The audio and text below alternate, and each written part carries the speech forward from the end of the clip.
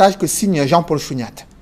La gifle de Madame le sous-préfet d'Ayos sur un enseignant du lycée bilingue de cette localité a retenti au sein de l'opinion nationale, suscitant une vague de réactions, notamment sur les réseaux sociaux.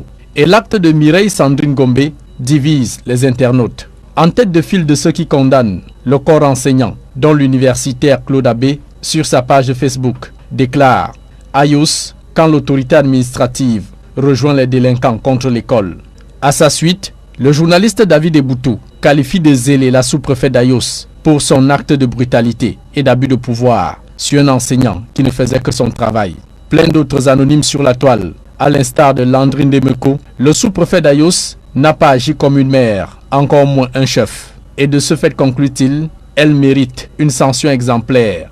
Si d'aucuns tirent à boulet rouge sur cette autorité administrative pour son acte de violence, certains internautes saluent ce rappel violent à l'ordre sur l'enseignant du lycée bilingue d'Ayos, Landry Togo Olivier, loue les qualités d'une sous-préfète qui sait bien faire respecter l'autorité de l'État qu'elle représente, du président de la République aux membres du gouvernement.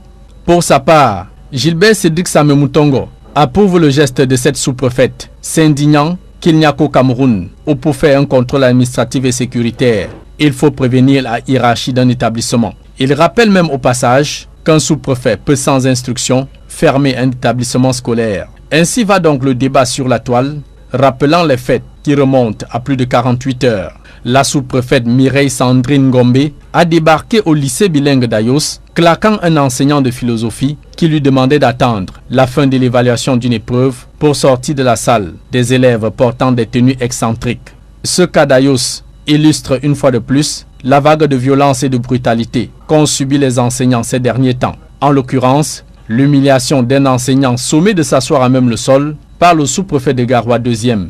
La bastonnade à mort d'une enseignante par un homme en tenue à l'école publique du garage militaire à Bafoussam. De même, le cas d'un commandant de brigade tabassant le surveillant général du lycée de Oulo dans la région du Nord. Et enfin, l'enseignant de 25 ans poignardé à mort par son élève au lycée technique d'Nkolbisson.